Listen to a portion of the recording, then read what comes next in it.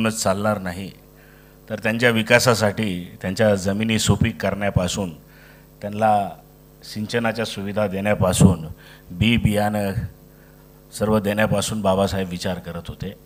अल्पभूधारक किंवा शेतमजुरांसाठी सुद्धा बाबांनी प्रचंड काम केलं. प्राचार्यांची दूरदृष्टी बघा. समाज कल्याण खात्याकडून बरेच दिवस झाले सांगण्यात आलं की समान संधी केंद्र कॉलेजमध्ये स्थापन व्हावं, आणि त्या दिशेने आधीच्याही प्राचार्यांना सांगण्यात आलं होतं. त्यांनी केलेले प्रयत्न, परंतु काय राहून गेले करोनामुळं का काय कारणास्तव.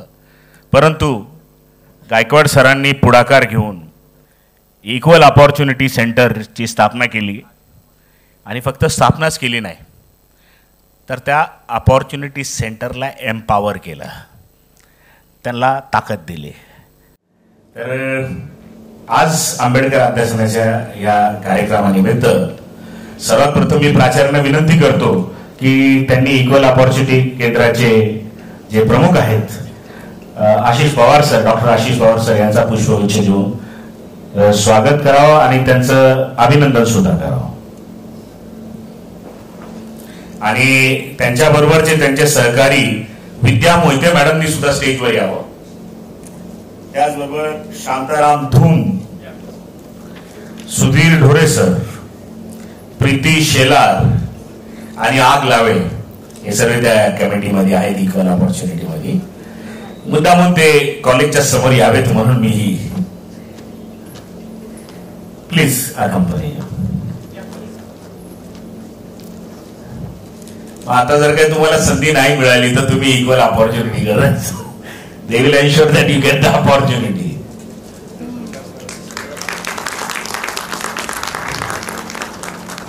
अतिशय सक्षम असा विभाग तयार झालेला आहे. लायब्ररीच्या समोर त्यांचं ऑफिस आहे, आणि माणसं सुद्धा अतिशय ताकदवान बलवान दिलेली आहेत. म्हणजे मोहिते मॅडम असतील किंवा आमचे ढोरे सर असतील. यानंतर म्हणजे मी ज्यांच्याशी चर्चा केली आणि म्हटलं बाबा तू बोललंच पाहिजे मित्रा, कारण की तुझ्याकडे एवढी मोठी विभागाची जबाबदारी आलेली आहे. आणि मला असं वाटतं, जर काय मला कोणी विचारलं की Praveen Ransure in coming days who will lead this ideology of equality, तर माझ्याकडे ना म्हणजे गादगे सर तर माझे सहकारी आहेतच, आणि अतिशय म्हणजे सरळ विचार करणारा माणूस, परंतु आने वाले कल में छत्रपती शिवाजी महाराज आणि बाबासाहेबांच्या विचारांचा वारसा चालवतील ह्या महाविद्यालयात आणि समाजात. तर ही दोन नावं माझ्या पुढं आहेत.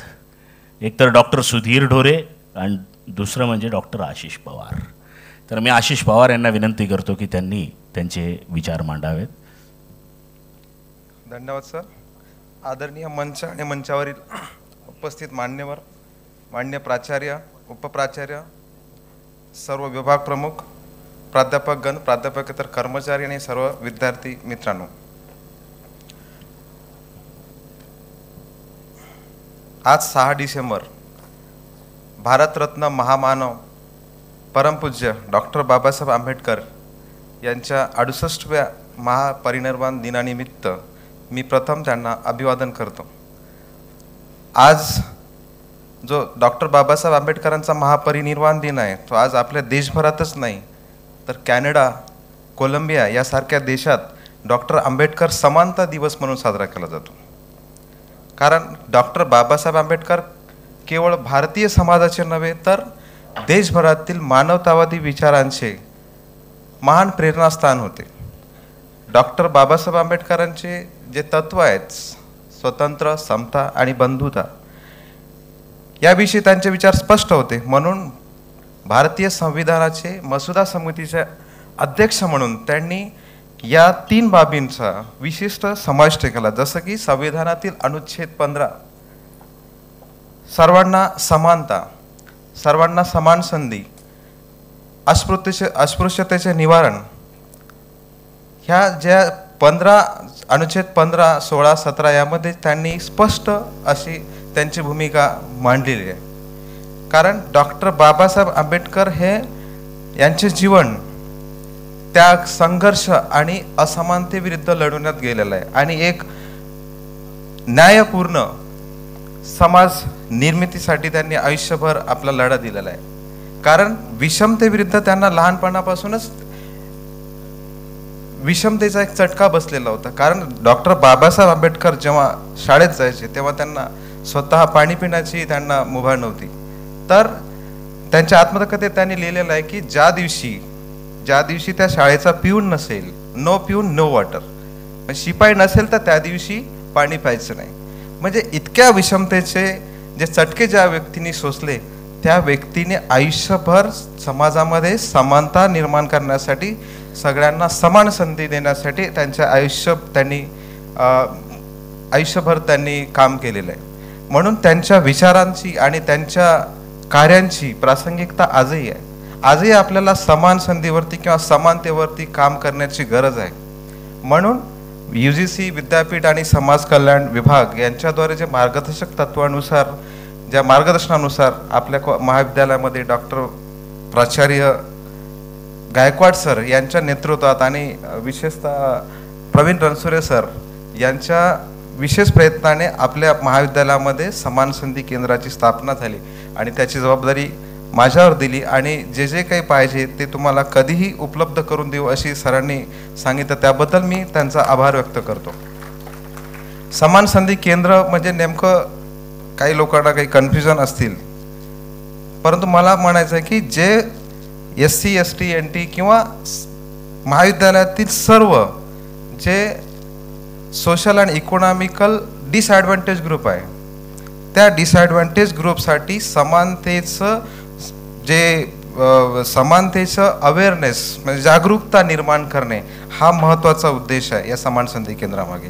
म्हणून भविष्यामध्ये विद्यार्थ्यांसाठी, कारण डॉक्टर बाबासाहेब आंबेडकरांनी सांगितलेलं आहे की शिक्षण हे प्रभावी साधन आहे, महत्त्वपूर्ण साधन आहे. म्हणून विद्यार्थ्यांना महाविद्यालयीन शिक्षणापासूनच समान संधी, त्यांना समान हक्क कशा पद्धतीने मिळाले पाहिजे यासाठी विशिष्ट वेगवेगळे व्याख्यान आपण समान संधी केंद्रामार्फत आयोजन करून विद्यार्थ्यांमध्ये समानतेचे जे जागरूकता निर्माण करण्याचा प्रयत्न करणार आहोत. त्यानंतर ज्या काही समाज कल्याण विभागाच्या शासकीय योजना असतील विद्यार्थ्यांसाठी त्या योजनांची माहिती देण्याचं काम समान संधी केंद्र करेल. हे थोडक्यात म्हणजे आज महापरिनिर्वाण दिन आहे, परंतु थोडक्यात माहिती, कारण काही लोकांचा असा संभ्रम असेल की समान संधी केंद्र नेमकं काय, त्यासाठी थोडक्यात मी एक संधीचा फायदा घेऊन थोडक्यात माहिती देतोय. तर ज्या व्यक्तींनी डॉक्टर बाबासाहेब आंबेडकर यांचा हा जीवन, हा संघर्ष, त्याग आणि सामाजिक परिवर्तनाचा महान स्रोत आहे. मला वाटतं आपल्या सर्वांनी डॉक्टर बाबासाहेब आंबेडकर आज फक्त त्यांना श्रद्धांजली, विनम्र अभिवादन करून नाही तर त्यांच्या विचारांचं चिंतन करण्याचं आणि त्यांच्या चिंतनावरती कार्य करणं हीच आपली डॉक्टर बाबासाहेब आंबेडकरांना खरी श्रद्धांजली राहील. इथंच थांबतो. सरांनी ऐनवेळी संधी दिली त्याबद्दल त्यांचा आभार व्यक्त करतो. धन्यवाद. We are heading towards closure of the program. 2-3 very important speeches. माझे काही मित्र बसलेले तिथं, त्या मित्रांसाठी मला एक खास मेसेज द्यायचा आहे. काल परवा आदरणीय मोहनदादा भागवतांनी एक वक्तव्य केलं की देशामध्ये हिंदूंची संख्या वाढली पाहिजे आणि ती जन्मानेच वाढली पाहिजे. Hindu should give birth to more of stereotypes or more Hindus, then only we can increase in size. पण मला मनापासून वाटतं, जर काय बाबासाहेबांच्या विचाराला धरून जर काय देशातील राजकारण, समाजकारण, अर्थकारण चाललं तर हिंदू हे फक्त जन्मानेच नाही वाढणार, तर या देशातील जे हिंदू, दलित, ख्रिश्चन झालेले आहेत, मुसलमान झालेले आहेत, त्या हिंदू धर्मातील बाहेर गेलेल्या ख्रिश्चनांना, मुसलमानांना सुद्धा आपण या परत हिंदू धर्मामध्ये आणू आणि फक्त जन्मानेच नाही विचारांनी सुद्धा हिंदू धर्म वाढवू.